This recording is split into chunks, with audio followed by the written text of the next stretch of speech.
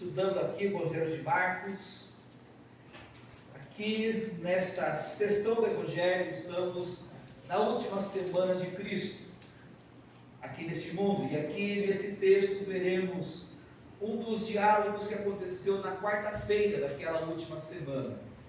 Quarta-feira talvez foi um dos dias mais desgastantes para o Senhor Jesus. Quarta-feira foi o dia em que ele teve os maiores embates com os judeus. Foi na quarta-feira que Jesus proferiu os seus ais contra a nação de Israel.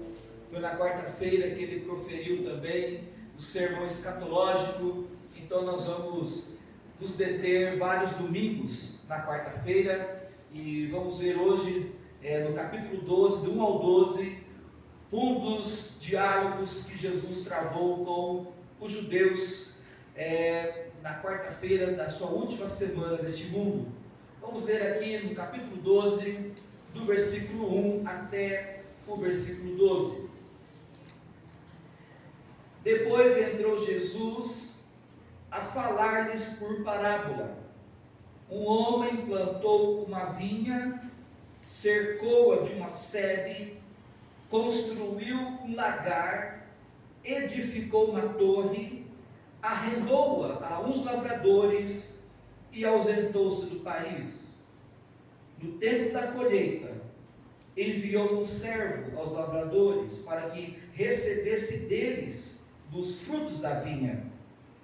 Eles, porém, agarraram, espancaram e o despacharam vazio. De novo lhes enviou outro servo, e eles o esbordoaram na cabeça e o insultaram. Ainda outro lhes mandou, e a este mataram. Muitos outros lhes enviou, dos quais espancaram uns e mataram outros. Restava-lhe ainda um, seu filho amado. A este lhes enviou por fim, dizendo: respeitarão meu filho. Mas os tais lavradores disseram entre si: este é o herdeiro, ora, vamos, matemo-lo, e a herança será nossa. E agarrando-o, mataram e o atiraram para fora da vinha. Que fará, pois, o dono da vinha? Virá, exterminará aqueles lavradores e passará a vinha a outros. Ainda não leste esta escritura? A pedra que os construtores rejeitaram, essa veio a ser a principal pedra angular. Isso procede do Senhor, e é maravilhoso aos nossos olhos. E procuravam prendê-lo, mas temiam o povo, porque compreenderam que contra eles proferia esta parábola. Então, desistindo, retiraram-se. Vamos orar. Senhor, abençoe esse momento em que a Tua palavra será pregada. Revista, Senhor, a Tua palavra com o Teu poder. Que a Tua palavra possa penetrar no nosso coração, na nossa vida. E para que possamos Te amar, Senhor, e querer que o Senhor venha ser a nossa pedra angular. A pedra que venha ditar o nosso viver. Eu peço também, Senhor, pela Tua igreja. Aviva, Senhor, a Tua obra. Viva a Tua igreja, Senhor. Quantas pessoas que poderiam estar aqui, mas não estão. Que o Senhor produza nelas, ó Pai, o desejo. Porque é o Senhor que opera o querer e o poder. Por isso, opere nessas pessoas o querer, Senhor. Estar aqui com o Teu povo, com a Tua igreja, para Te cultuar, meu Pai. Aviva a Tua obra, Pai. Desenvolva a Tua igreja. É o que eu peço, no nome do Senhor Jesus. Amém. Irmão, Jesus aqui ele conta mais uma parábola, dessa vez para mostrar o que vai acontecer com a nação de Israel. E para entender um pouco essa parábola, vou usar uma analogia. Hoje em dia tem muita gente que constrói barracões, prédios, e eles erguem esses barracões para alugar para fábricas e lojas. Isso é muito comum. A pessoa tem lá um terreno, a pessoa ergue lá um barracão e aluga esse barracão para firmas, para lojas, e a pessoa vive do aluguel que essas empresas, essas lojas pagam para o dono do barracão. Aqui na época de Israel, no tempo de Jesus, acontecia algo semelhante, mas com vinhas. Era comum uma pessoa que tinha uma propriedade, ele plantava uma vinha. Ele colocava lá toda a estrutura, plantava lá as vinhas, e depois ele arrendava essa vinha para os lavradores. Os lavradores então exploravam a vinha, cultivavam a vinha, e na época da colheita eles repassavam para o dono da vinha uma parte do lucro. Era como se fosse o aluguel, era como se eles pagassem o aluguel da vinha. Então eles passavam uma parte da colheita para o dono da vinha. Então os agricultores lucravam com a vinha, mas repassavam uma parte do lucro para o dono da vinha, e isso era muito comum em Israel. E Jesus aqui ele vai contar a história de um homem que plantou uma vinha, só que as coisas não deram muito certo. Nós lemos aqui no versículo 1, Jesus falando que o homem plantou uma vinha, e ele fez o que pôde, ele fez o melhor por essa vinha. Ele plantou a vinha, cercou, colocou uma cerca boa nessa vinha. Ele também construiu um lagar. O que era o lagar? O lagar era um lugar onde as uvas eram prensadas para se extrair o suco e fazer o vinho. Esse homem também edificou uma torre. Para que servia a torre? A torre tinha 3 propósitos. Era na torre que ficava o guarda para vigiar a vinha. Era na torre também que os lavradores tinham lá o lugar para dormirem. E era na torre onde se guardava as ferramentas. Então, não era uma vinha qualquer, era uma vinha bem estruturada. Depois que ele plantou essa vinha, ele arrendou para que alguns lavradores cuidassem dela. E fez lá um contrato, fez um acordo, e esses lavradores comprometeram que em cada colheita eles repassariam para o dono uma parte do lucro. Então até aqui, normal, tudo certo, era uma coisa comum que acontecia lá em Israel. Só que no versículo 2, finalmente chegou o tempo da colheita. Aquela vinha lá deu bastante uvas, os lavradores cultivaram, tiveram seu lucro, e finalmente chegou o dia em que o dono da vinha enviou um servo para receber os lavradores o valor do aluguel daquela vinha. E é o que vemos aqui no versículo 2, no tempo da colheita, enviou um servo aos lavradores para que recebesse deles dos frutos da vinha. Mas de repente aconteceu o inesperado. No versículo 3, nós lemos que os lavradores agarraram o servo, espancaram e o despacharam com as mãos vazias. Note bem, eles não apenas se recusaram a pagar aluguel, mas eles também usaram de maldade e violência. A palavra que Jesus usa aqui, na palavra espancar, é a palavra tirar a pele, arrancar a pele. Significa que a violência que eles fizeram com esse servo foi uma violência terrível, ao ponto de arrancar a pele deste servo. Essa palavra é a mesma que aparece em outros lugares, como por exemplo, no Evangelho de Lucas, no capítulo 22, versículo 63, nós vemos que eles fizeram isso também com o próprio Senhor Jesus. No Evangelho de Lucas, no capítulo 22, no versículo 63, diz assim, que aqueles soldados que detinham Jesus, zombavam dele, davam-lhes pancadas. Aqui aparece de novo essa palavra. Significa que Jesus, antes mesmo de ir para a cruz, ele já tinha sofrido esse tipo de violência.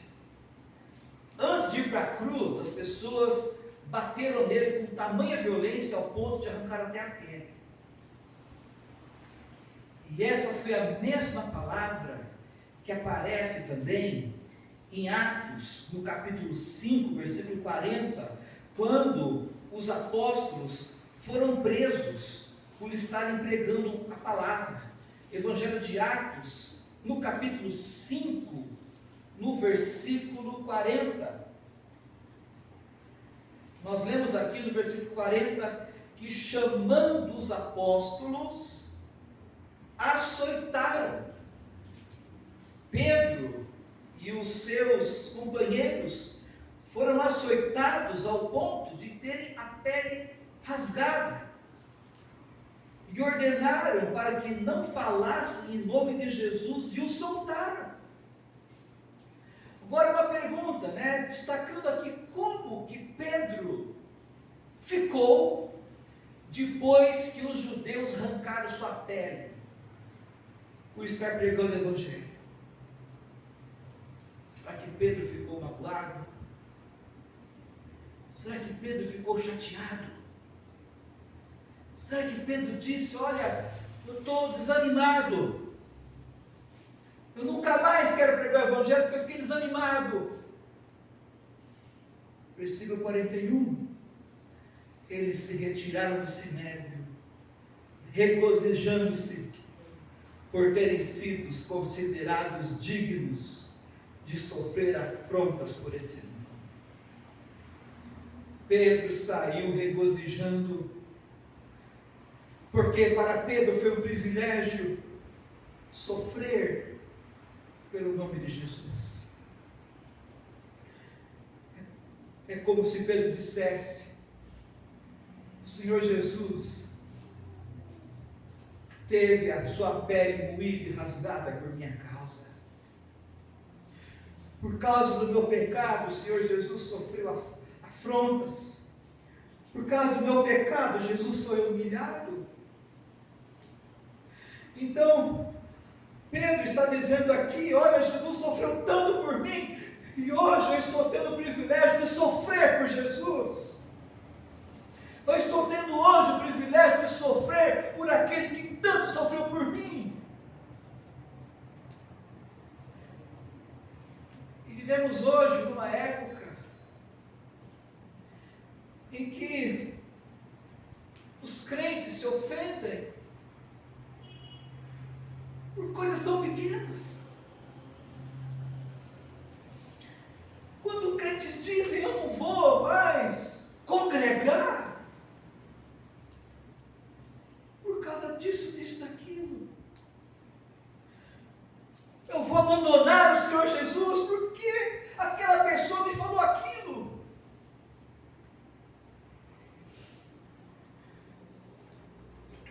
Eu vou abandonar, eu não vou congregar porque eu estou desanimado. E quando nós vemos aqui esses homens, que a pele deles foi arrancada por causa de Jesus, imagina as dores latejando pelo corpo, e eles felizes, porque eles puderam sofrer afrontas pelo nome de Jesus. Isso, meus irmãos, nos envergonha. Isso nos envergonha. E de fato, tanto Jesus como os apóstolos estavam sofrendo isso dos judeus.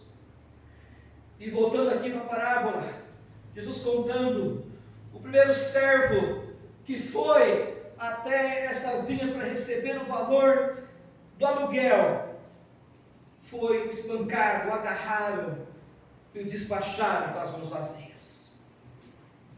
Agora, se eu e você fôssemos continuar essa história, como que nós continuaríamos essa história? Como que eu e você continuaríamos essa parábola? Talvez diríamos: não, se eu fosse dono da vinha, enviaria um exército e tomaria a vinha à força, expulsaria aqueles lavradores. Mas não foi assim que o dono da vinha agiu. O dono da vinha foi paciente, e o dono da vinha quis dar uma segunda chance para aqueles lavradores. E no versículo 4 nós lemos que de novo o dono da vinha enviou um outro servo para receber dos lavradores o valor do aluguel. E como que os lavradores trataram o segundo servo? A Bíblia diz que eles bateram na sua cabeça com pedras. Bateram na sua cabeça e os insultaram, os humilharam. Possivelmente, a maneira que eles humilhavam as pessoas assim era rasgando as roupas e fazendo com que a pessoa volte para casa nua. Provavelmente fizeram isso. Bateram na cabeça desse servo, o humilharam, o ridicularizaram. Mas o dono da vinha foi paciente mais uma vez.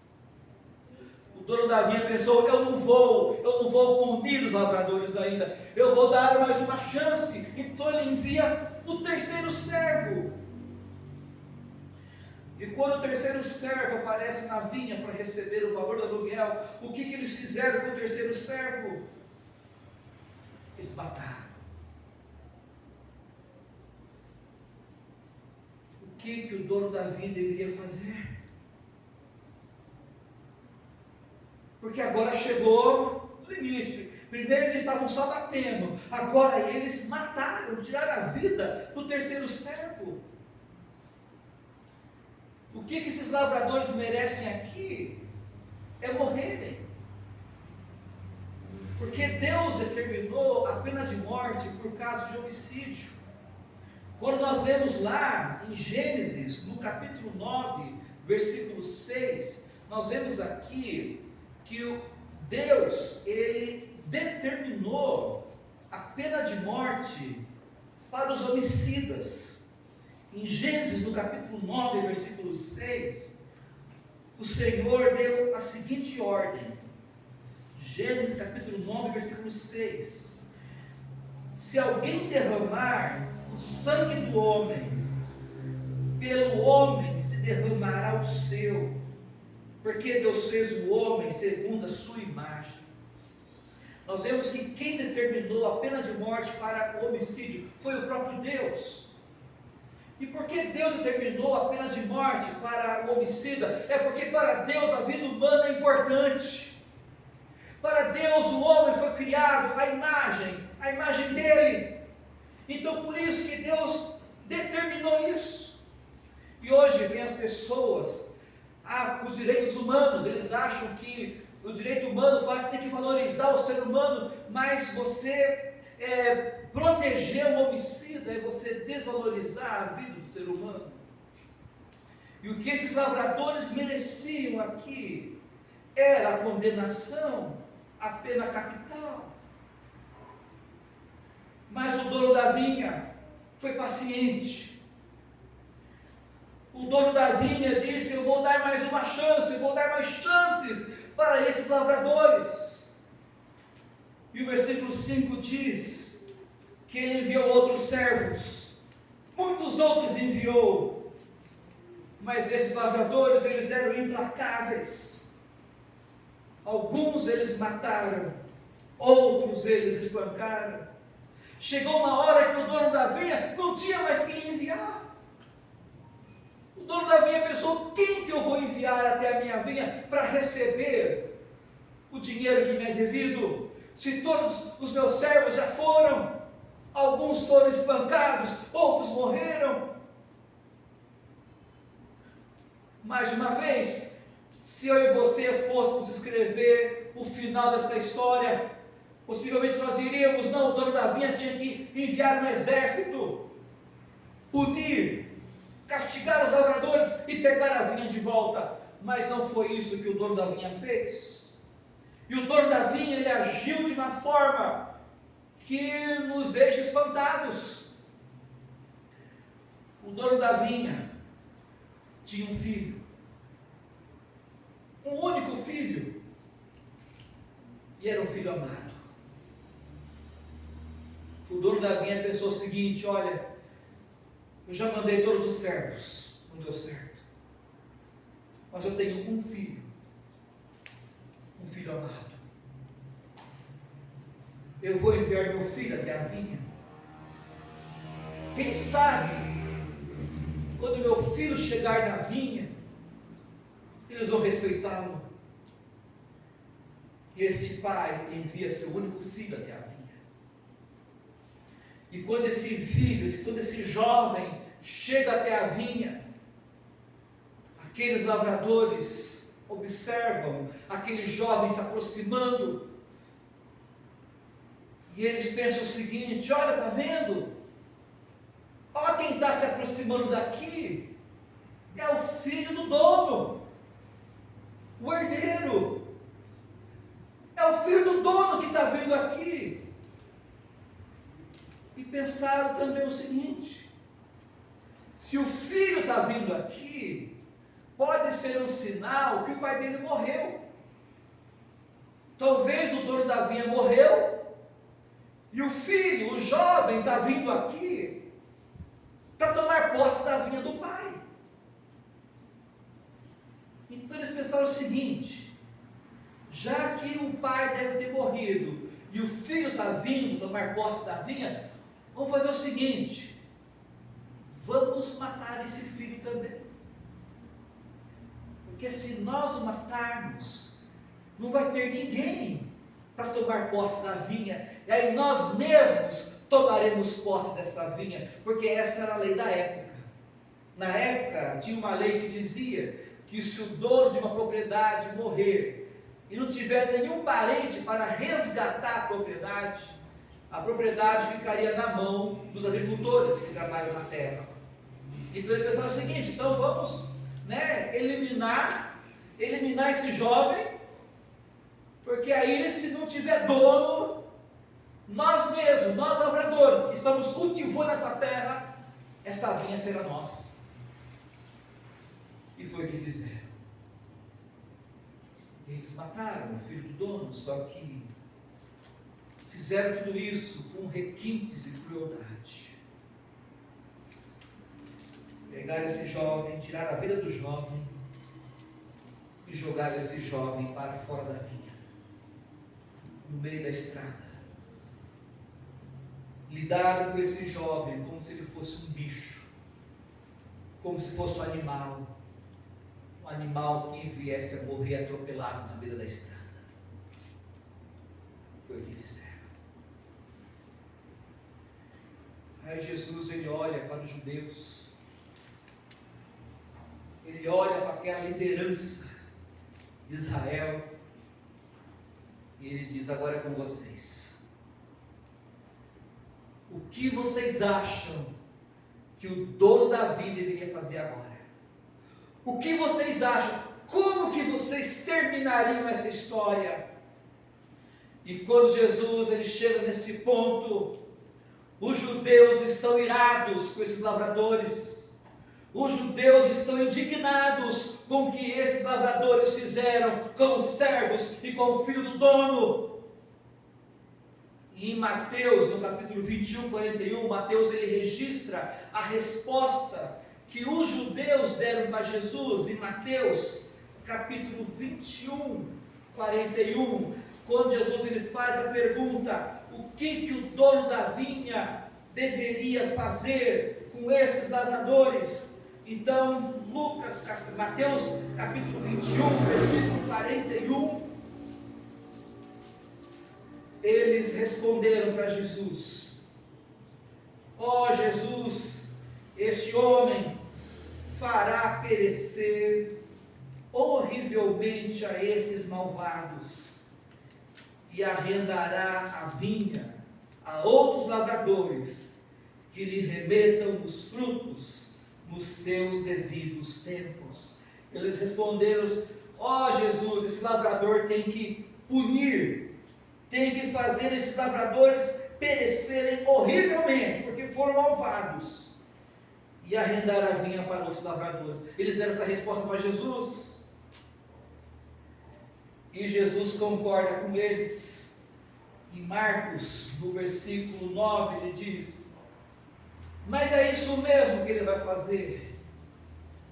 O dono da vinha virá, exterminará aqueles lavradores e passará a vinha a outros.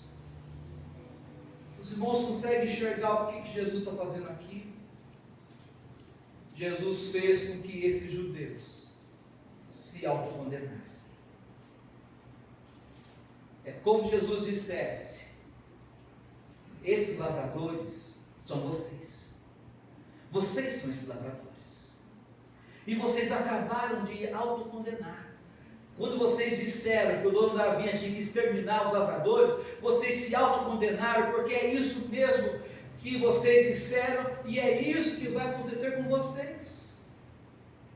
Deus é o dono da vinha. A vinha é a nação de Israel. E esses lavradores maus é toda a liderança de Israel, os reis, os sacerdotes, os escribas.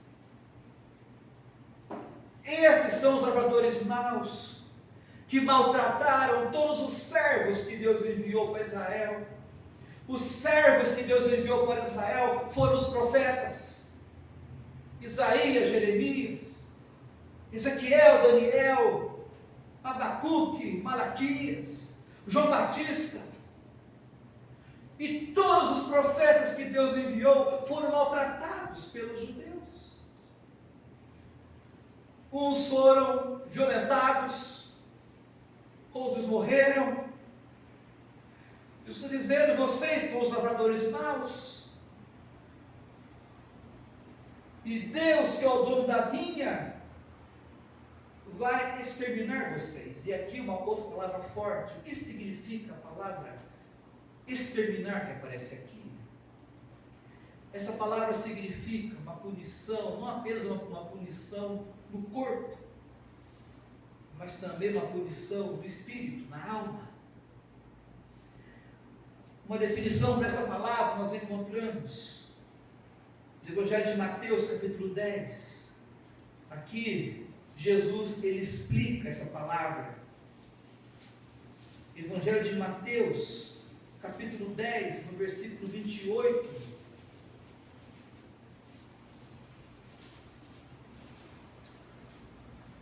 Diz assim, Mateus 10, 28, Jesus, ele diz aqui o seguinte: não temais os que matam o corpo e não podem matar a alma. Temeis antes aquele que pode fazer perecer no inferno tanto a alma como o corpo. Esse é o significado de perecer. Deus, ele tem o poder não apenas de tirar a vida de alguém, mas Deus tem o poder de enviar a alma da pessoa para o inferno. Porque a alma da pessoa está nas mãos do Senhor. E Deus é Deus que leva para o céu, ou Deus é aquele que envia para o inferno. É Deus, ele que tem essa autoridade. Então, quando Jesus está dizendo que Deus faria esses israelitas, esses judeus perecerem, significa que Deus faria com que eles perecessem, que eles fossem condenados ao inferno, com a alma e com o corpo. E como que eu faço para escapar disso? Evangelho de João, capítulo 12, no versículo 25, Jesus aqui, ele vai dizer quem são essas pessoas que perecerão com a alma e com o corpo no inferno. Quem são essas pessoas? No Evangelho de João, no capítulo 12, versículo 25, Jesus aqui diz o seguinte: quem ama a sua vida, perde-a, mas aquele que odeia a sua vida neste mundo, preservá-la para a vida eterna. Aqui no versículo 25, quando ele diz, quem ama a sua vida, perde-a. Ou seja, aquela pessoa que se ama, é uma pessoa cuja vida está caminhando para a perdição. Mas o que isso significa? Aquela pessoa que não somente ama a si mesma, mas aquela pessoa que ama as suas vontades, é aquela pessoa que ama os seus desejos, é aquela pessoa que ama as suas cobiças, é aquela pessoa que diz, eu quero fazer aquilo que eu quero fazer aquilo que eu gosto, eu quero fazer aquilo que me faz sentir bem, eu quero sentir aquilo que meu coração deseja. É isso que se define aquela pessoa que ama a sua vida, aquela pessoa que diz, eu não quero saber o que Deus tem a dizer, eu não quero saber o que a palavra de Deus tem a dizer, eu não quero saber se você diz que isso é pecado ou não, que isso é certo ou errado. Eu quero fazer aquilo que me dá prazer, eu quero fazer aquilo que me dá vontade, eu quero fazer aquilo que meu coração manda. Eu estou seguindo meu coração, eu estou seguindo a minha vontade, eu estou seguindo os meus sonhos. E muitos hoje dizem isso, eu quero fazer minha vontade, e coloca Deus no meio. O que se diz hoje? Não, Deus está aqui, Deus vai realizar seus sonhos. Já viu isso em algum lugar? Deus vai realizar seus sonhos. Onde está isso na Bíblia? Em que versículo, em qual livro, qual capítulo, qual versículo está escrito que Deus vai realizar nossos sonhos? Isso é uma mentira do diabo. Deus não está aqui para realizar os sonhos do nosso coração, não. Pelo contrário, Jesus diz que aquela pessoa que ama, que ama a sua vida, ama as suas vontades, ama seus desejos, seus prazeres, e está pouco se importando com aquilo que Deus afirma, essa pessoa está caminhando para a perdição. Aquela pessoa que vive para si, vive para as suas vontades, vive para os seus sonhos, ignorando o que Deus diz, essa pessoa está caminhando para perecer no inferno. Por outro lado, o versículo 25 diz que aquela pessoa que odeia a sua vida neste mundo, preservá-la para a vida eterna. O que significa odiar a vida? É quando a pessoa olha para si mesma e ela diz, olha, o meu coração é enganoso, eu tenho vontade de fazer muita coisa, mas essas coisas que eu tenho vontade de fazer, essas coisas que me dão prazer, algumas delas são pecado, algumas delas são pecaminosas, algumas dessas coisas que eu tenho vontade de fazer, algumas dessas coisas que eu tenho prazer em fazer, Deus proíbe, Deus detesta. Odiar a vida é quando eu olho para a minha vida, eu olho para o meu pecado, eu olho para os meus maus desejos, e eu falo, Senhor, eu sou um pecador miserável, perdoe meu pecado, tenha misericórdia de mim, Senhor, eu quero fazer a tua vontade, eu não quero fazer aquilo que meu coração diz, eu não quero fazer aquilo que meu corpo sente prazer, eu quero fazer aquilo que o Senhor quer que eu faça. Eu quero sentir prazer, Senhor, naquilo que o Senhor ordena. Eu não quero seguir os meus sentimentos, eu quero seguir a tua palavra. Essa pessoa que olha para si, olha para o seu pecado, olha para os seus hábitos, olha para os seus maus desejos, e ela fala, eu odeio esses maus desejos, eu odeio essas vontades do meu coração, porque são vontades pecaminosas, são vontades que Deus proíbe, são vontades que Deus odeia, e se joga aos pés de Jesus, dizendo, Senhor, tem misericórdia de mim que sou pecador. Essa pessoa aqui será salva. Esses judeus decidiram seguir o seu coração. Os judeus aqui decidiram seguir os maus desejos do seu coração. E o coração desses judeus indicaram que eles deveriam rejeitar Jesus. eles sentiam prazer em rejeitar Jesus. Eles sentiam prazer em mandar crucificar Jesus. Esses judeus estavam seguindo seus corações. Esses judeus desprezaram a palavra de Deus, estavam seguindo aquilo que dava prazer para eles.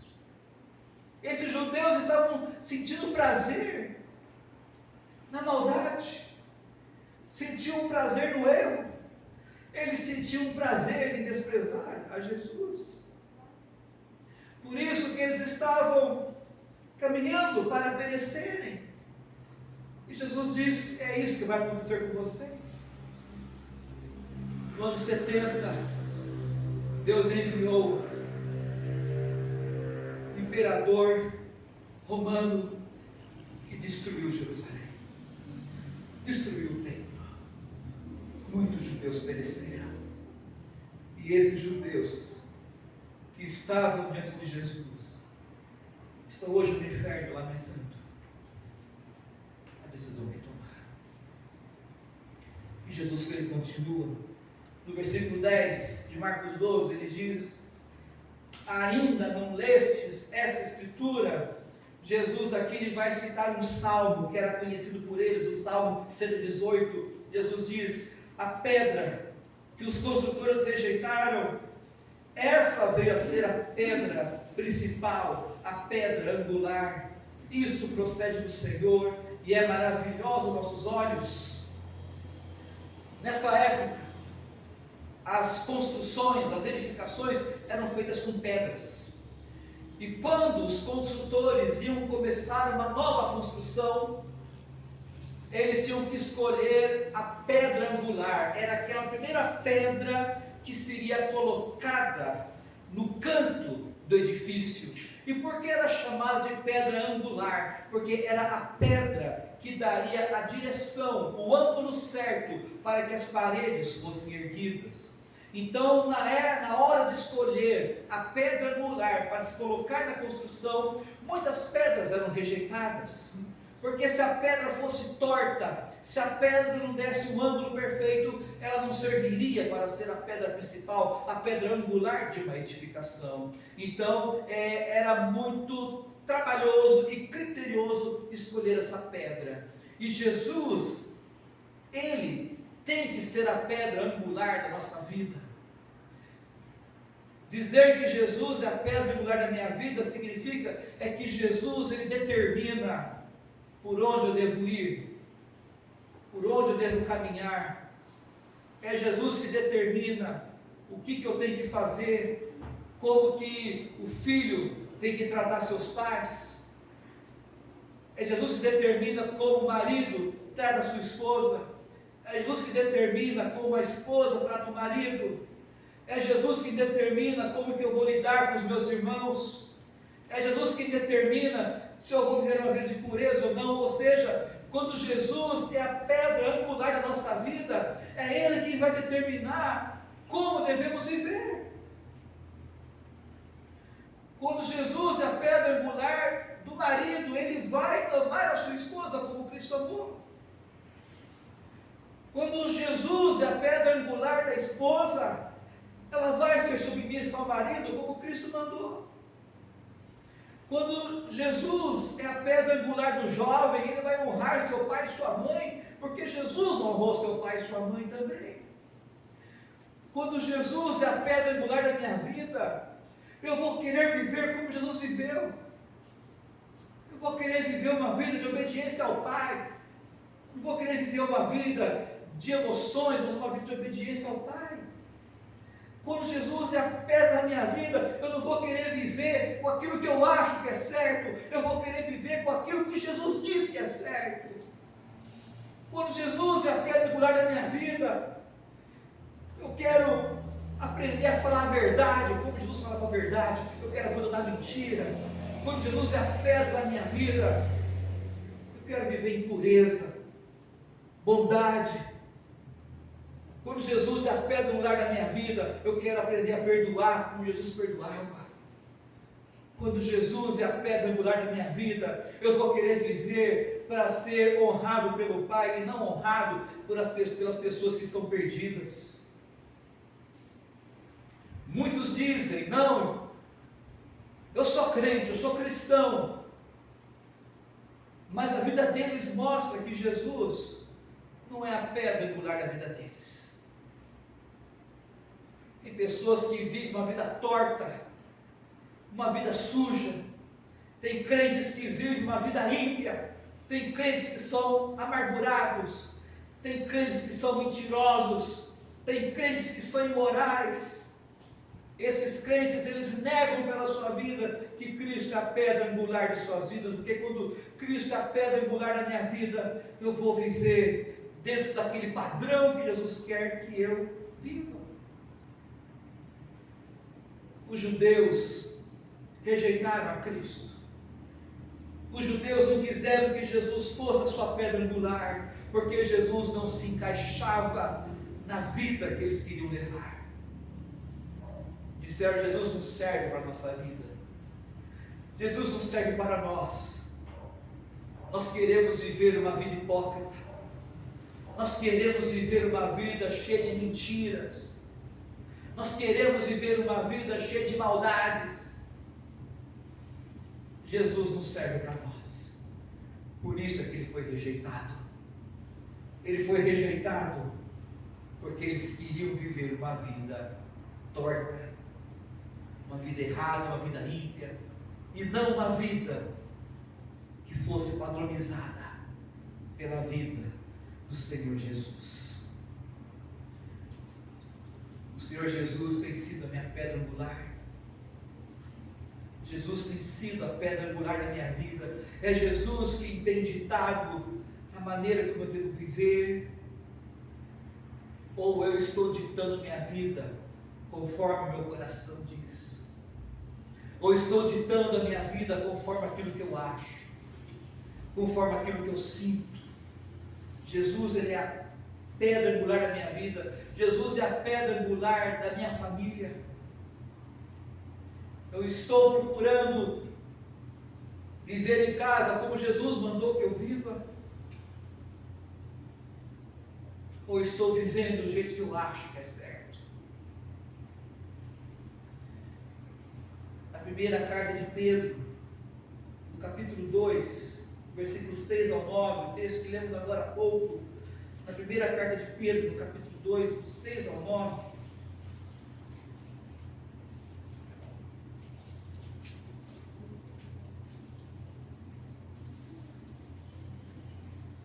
diz assim, 1 de Pedro capítulo 2, versículo 6: por isso está nas Escrituras: eis que põe em Sião uma pedra angular, eleita, preciosa, e quem nela crer não será de modo algum envergonhado. Muita gente hoje está rejeitando Jesus para não serem envergonhados perante o mundo. A pessoa diz: eu virar crente, aí ver meus colegas zombando de mim, ver os pessoal zombando de mim. Então tem pessoas que têm vergonha de Jesus.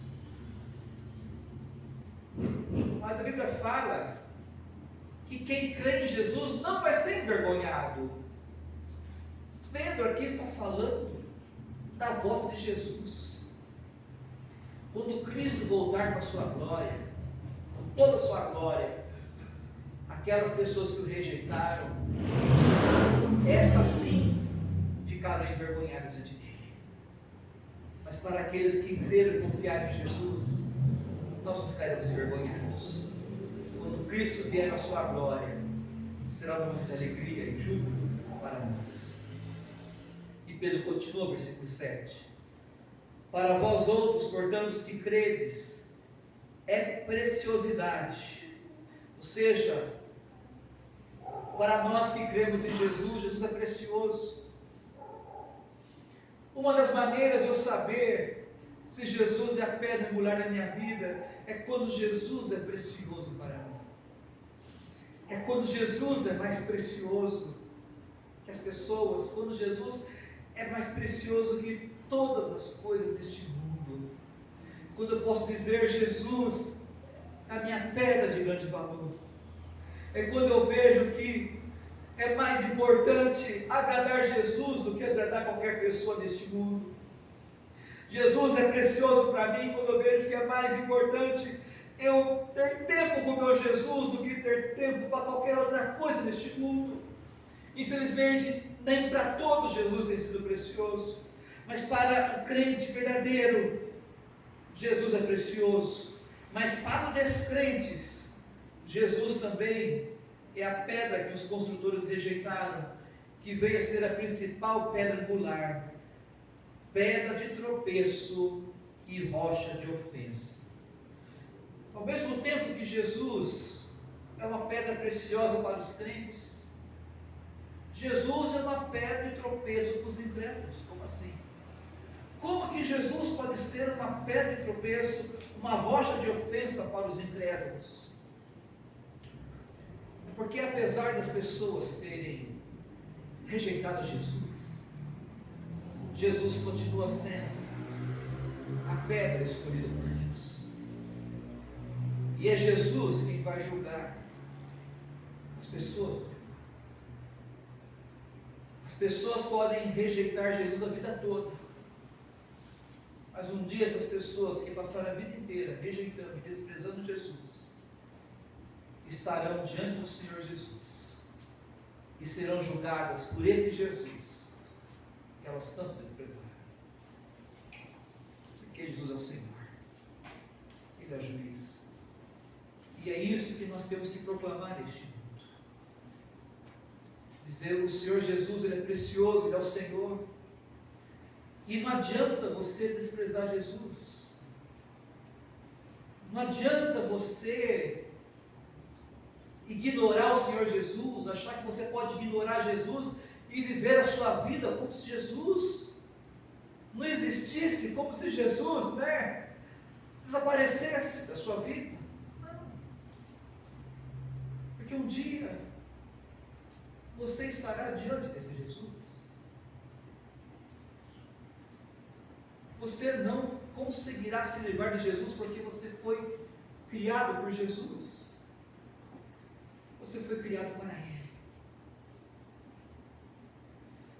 Por isso, o que você tem que fazer hoje é voltar-se para esse Jesus que talvez você tenha desprezado, e dizer: Senhor Jesus, me perdoe, Senhor.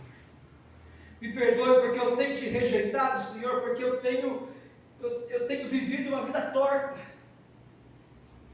Por isso que eu te deixei de lado, porque eu tenho seguido meu coração, eu tenho seguido os meus desejos, eu tenho seguido minhas vontades pecaminosas. Por isso, Senhor, eu te deixei de lado. Mas, Senhor, eu me arrependo. Eu peço que o Senhor tenha misericórdia na minha vida, me perdoe, e venha ser o Senhor da minha vida, venha ser a minha pedra angular. Que o Senhor venha ser aquele que vai dar a direção para a minha vida a partir de agora. Eu não quero mais seguir meu coração, eu não quero mais seguir meus sentimentos, eu quero seguir a tua voz, eu quero seguir a tua palavra registrada nesse livro aqui. Que o Senhor seja precioso na minha vida. Jesus, Ele é precioso para nós. Para o crente, Senhor Jesus é a nossa rocha, aquele que nos fortalece no momento mais difícil. Jesus, Ele se torna mais precioso para nós no momento da necessidade. É naquelas horas do sofrimento, naquelas horas do desespero, que nós podemos orar, clamar a Jesus, e Jesus está conosco, e Jesus se torna precioso para nós. Tantas músicas que nós cantamos acerca de Jesus: Jesus é a nossa rocha, a nossa segurança, Ele é tudo isso. E Ele é aquele que, quando voltar com toda a sua glória, nos receberá. E que maravilhoso será esse dia em que olharemos para o rosto de Jesus, estaremos com Ele para sempre. Mas no versículo 12 de Marcos 12, nós vemos como esses judeus escolheram seguir a maldade do coração. Lemos no versículo 12 que eles procuravam prendê-lo, mas temiam o povo. Olha só, irmãos, um retrato do homem perdido. O homem perdido tem mais medo das pessoas do que de Deus. O homem perdido, ele tem temor de quem não era para ter temor. Esses judeus não tinham que ter medo das pessoas, eles tinham que ter medo do Senhor. Mas eles preferiram ter medo das pessoas. Disseram: não, nós não vamos prender Jesus, porque senão o povo vai partir para cima de nós. E aí eles desistiram de prender Jesus e retiraram-se. Prendamos o nosso temor, tem que ser para com o Senhor e não para com as pessoas. E que o Senhor seja a nossa pedra preciosa, a nossa pedra angular da minha vida, da minha família. Que esse seja o nosso desejo. Vamos orar. Ó meu Pai, muito obrigado porque o Senhor é a pedra preciosa da nossa vida. O Senhor é o nosso Salvador. O Senhor é o nosso amparo. O Senhor é o nosso sustento, é a nossa firmeza, Senhor. Peço, Senhor, venha ser sempre essa pedra angular na nossa vida. Que nós nunca venhamos a seguir o nosso coração, nossa emoção, os nossos sentimentos, mas que possamos procurar sempre seguir a Tua palavra, aquilo que o Senhor ordena, meu Pai. Que o Senhor venha, que a Tua palavra venha determinar cada dia as decisões que devemos tomar, o caminho pelo qual devemos andar. Eu peço, Senhor, por aqueles que, como os judeus, ó Pai, e como muitos, escolheram seguir a vida do jeito deles, escolheram seguir seus sentimentos, escolheram seguir seu coração, e por causa disso, desprezaram a Cristo, porque eles querem viver para si mesmos. Mas, Senhor, aqueles que vivem para si mesmos, ó Pai, estão caminhando para a destruição. Por isso pedimos, ó Pai, tenha misericórdia dessas pessoas,